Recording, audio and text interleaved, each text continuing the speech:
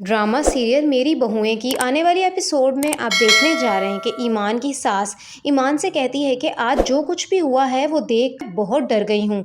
अब मैंने फैसला किया है कि अब तुम बिल्कुल भी घर से बाहर कदम भी नहीं निकालोगी, यहाँ तक कि अपनी अम्मी अब्बू के घर भी नहीं जा सकती। उनके घर जाने की भी कोई ज़रूरत नहीं है। एक तुम ही तो हो जो हमें इतनी बड़ी खुशी दे रही हो।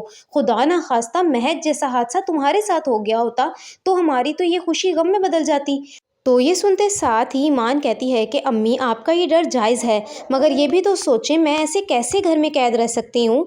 मैं बेवजह नहीं जाऊँगी ठीक है, मगर ऐसे आप मेरा अपनी अम्मी के घर भी जाना बंद करेंगी, ये तो ठीक नहीं है ना। उनसे मिलना तो मैं नहीं छोड़ सकती, वो मेरे माँ बाप हैं। तो ये सुनते साथ ही ईमान की सास ईमान से कहती है कि मैं ये तुम्हारी भलाई के लिए लगा रही हूँ बेटा, ये कोई कैद तो नहीं है, ये घर है तुम्हारा। और अम्मी अब्बू से जब भी मिलना हो उन्हें घर बुला लेना, कोई तुम्हें नहीं रोकेगा, मगर मैं अपने घर के वारिस के मामले में कोई रिस्क नहीं ले सकती। तो ये सुनते साथ ही ईमान कहती है कि अम्मी मैंने आपसे किसी भी मामले में कभी बहस नहीं की, आपने जो भी कहा मैंने हमेशा आपका हर हुक्म माना है, मगर ये सरासर ज्यादती है। आप ऐसे मुझ पर इतनी पाबंदियां नहीं लगा सकती।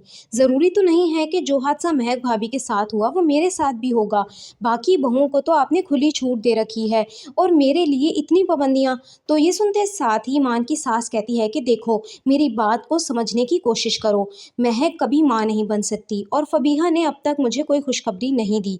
एक तुम ही हो जो हमारी नस्ल को आगे बढ़ा रही हो, इसीलिए मैं ये सब पाबंदियां तुम पर लगा रही हूँ। ये सब कुछ तुम्हारी भलाई के लिए कर रही हूँ। महक या फबीहा में से भी कोई इस हालत में होता तो मैं ये पाबंदियां उन पर भी लगाती। तो ये सुनते साथ ही ईमान कहती है कि हो सकता है आपका इरादा गलत ना हो, मगर मैं आपकी ये बात नहीं मान सकती। मैं ऐसे कैद नहीं रह सकती घर के अंदर, आप मेरे साथ इस तरह की नाइंसाफ़ी नहीं कर सकती।